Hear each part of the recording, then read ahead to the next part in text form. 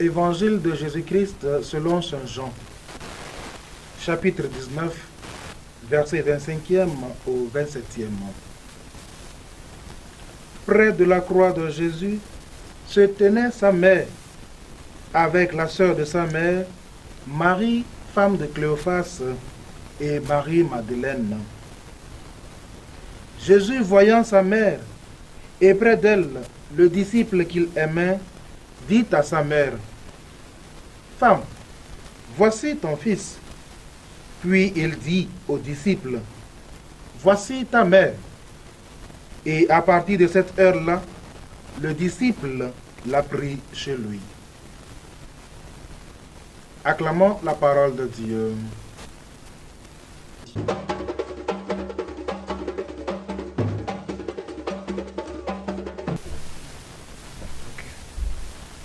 Chers frères et sœurs en Christ, et vous, chers téléspectateurs de la TV Space, loué soit Jésus.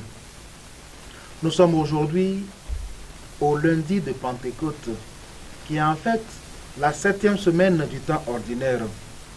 Conformément à la volonté du pape François, nous faisons aujourd'hui mémoire de la bienheureuse Vierge Marie, mère de l'Église. À travers cette fête, le pape François nous invite à favoriser ou mieux à cultiver la croissance du sens maternel de l'Église et de la vraie piété mariale. En effet, l'évangile que nous venons d'écouter nous permet de comprendre et d'apprécier la place de Marie dans la vie des apôtres. Et le livre des Actes des Apôtres l'atteste. Au pied de la croix, Jésus a confié son disciple qu'il aimait à sa mère. Chers frères et sœurs, à travers ce disciple, c'est toute l'Église que Jésus confie à sa mère. Dans la suite de l'Évangile, Jésus a aussi confié sa mère aux disciples bien-aimés. Alors, dans cet acte de consécration, il ressort clairement que nous devons porter à Marie une attention toute particulière. Par ailleurs, la maternité de la Vierge Marie apparaît encore clairement dans le livre des Actes des Apôtres, où Marie était en prière avec les apôtres. En vérité, Marie est restée auprès des apôtres jusqu'à la descente de l'Esprit Saint. Il va de soi qu'elle soit célébrée en tant que mère, puisque c'est ce rôle de mère qu'elle est appelée à jouer et qu'elle continue d'assumer encore aujourd'hui. Par ailleurs, si son fils est la tête de l'Église, il est évident que Marie, mère du Christ, soit également mère de l'Église. N'ayons pas peur de la voir et de la prendre pour mère. Marie, mère de l'Église, n'est pas une invention de notre siècle.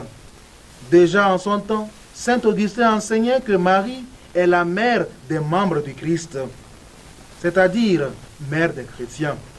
Saint Augustin s'explique par le fait que Marie est coopérée par sa charité à la renaissance des fidèles de l'Église. Si Marie est la mère des membres du corps mystique de Jésus, elle est alors la mère de l'Église. N'ayons pas peur d'évoquer Marie comme mère de l'Église. Le pape Paul VI a également eu le courage de la proclamer comme mère de l'Église. Toutefois, si Marie est membre de l'Église, elle demeure mère de Jésus et par conséquent mère de l'Église. Comme mère, Marie est guide prévoyante de l'Église naissante, nous dit le décret sur la célébration de la bienheureuse Vierge Marie que nous souhaitons aujourd'hui. Marie, comme mère, est au cœur du mystère du salut. Elle est au cœur du mystère de l'Église. Saint Jean souligne ceci. Et à partir de cet instant, le disciple l'a pris chez lui. Devenons, chers frères et sœurs, comme ce disciple bien-aimé et acceptons Marie chez nous. Mettons toute notre confiance en Marie pour l'avenir de l'Église et du monde. La confiance est l'unique réponse adéquate à l'amour d'une personne et en particulier à l'amour d'une mère. Sainte Marie, Mère de Dieu et Mère de l'Église, prie pour nous maintenant et à jamais. Prions.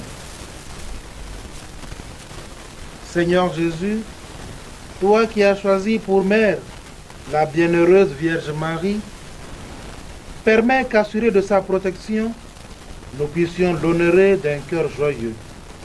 Toi qui règnes avec le Père et le Saint-Esprit, maintenant et pour les siècles des siècles. Amen.